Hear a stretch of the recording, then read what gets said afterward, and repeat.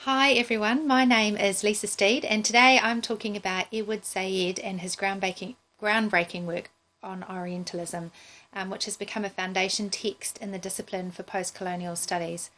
Another paper I'm doing this semester is Israel and Palestine and the Arab world, so I thought I would look at the creation of the State of Israel as a colonial project to highlight Said's theories on creation of the other and the really the subjugation of the Arab people.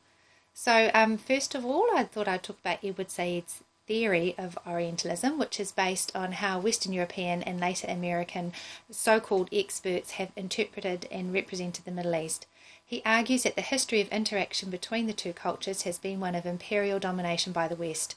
Said points to a history in art and literature of representations of Arabs in a romantic and negative way, emphasizing the differences between the two cultures. These representations have served to justify European hegemony and domination in the Middle East, and as such were never the objective study of the Orient that they portrayed themselves as. These comments remind me of Immanuel Kant's theory of universal law of progress, the idea that human reasoning or critical thought develops over each generation. Kant traced this history or progressive reasoning starting from Socrates, thereby basing this very linear concept of the development of critical thought firmly in Western culture and creating a series of levels on which to measure other cultures with current Western thought obviously at the top. This is the inherent bias that Said talks about when he discusses the original Orientalists. He says, the idea that European identity as a superior one in comparison with all the non-European peoples and cultures, reiterating European superiority over Oriental backwardness. In fact, Said takes this concept further by arguing that the original Orientalists created the Orient. Said says, my contention is that without examining Orientalism as a discourse, one cannot possibly understand the enormous systematic discipline by which European culture was able to manage, even produce the Orient politically, sociologically, militarily, ideologically, scientifically, and imaginatively. So Said is saying that the representations created by the Europeans were so unlike reality that in fact they created an Orient that never really existed except politically, socially, militarily, ideologically, scientifically, and imaginatively in the West. This idea of the Orient was pervasive through all disciplines and of course supported colonial intercession in the Middle East for the benefit of everyone. Said later comments that this idea of the Orient is something that Arabs themselves have brought into. The ideology of the Orient has created binary thinking of East-West, developed, undeveloped, masculine, feminine, us, them. These have influenced what Said calls principal dogmas of Orientalism, which reinforce beliefs of the West being humane, developed, rational, and superior, while the Orient is portrayed as aberrant, undeveloped, and inferior. Said says that these representations of Arabs have remained stable stereotypes over time because scholars based their research on previous literature rather than creating new critical thought, that this has also worked to the advantage of the West by reinforcing Arab and Islam as the other non-Christian, non-European enemy, encouraging high military spends and justifying intervention in the Middle East. The creation of the State of Israel has only further entrenched these stereotypes, with the West aligning itself with Israel as a Western-style democracy with historical European links. So Edward Said's philosophies, and this is my personal reflection of his philosophies and how I have seen my own binary thinking influenced by images and things that I have read. It reminded me of why I first became curious about the Palestine and Israel conflict.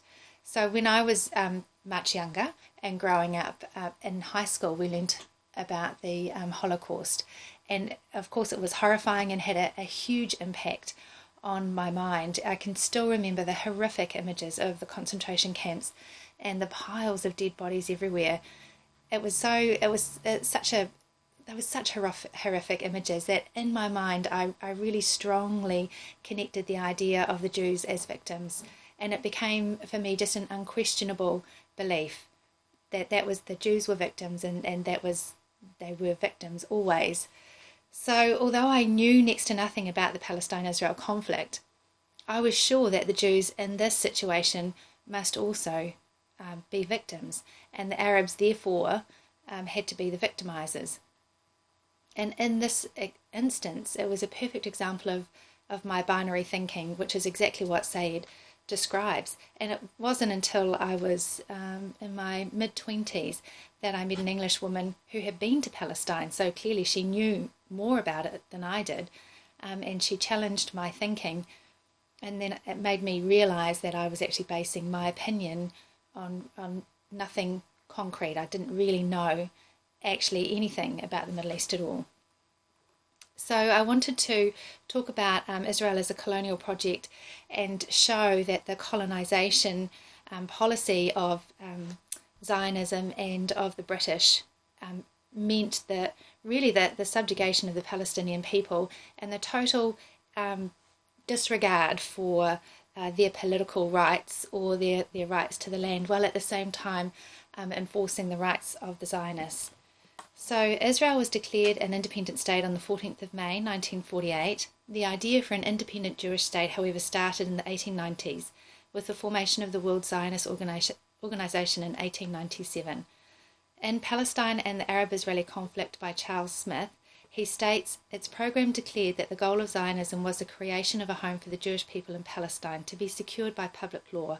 The real objective was a Jewish state, but it was deemed advisable not to declare that openly because of Ottoman objections to the idea of a new nationality seeking self-rule within its territory. Likewise, the term public law rather than international law was used to allay Ottoman fears that European powers sought to carve up their empire. So I think these concessions show that even in the very early days, Zionists knew that the land that they wanted to populate was not empty and they would encounter resistance.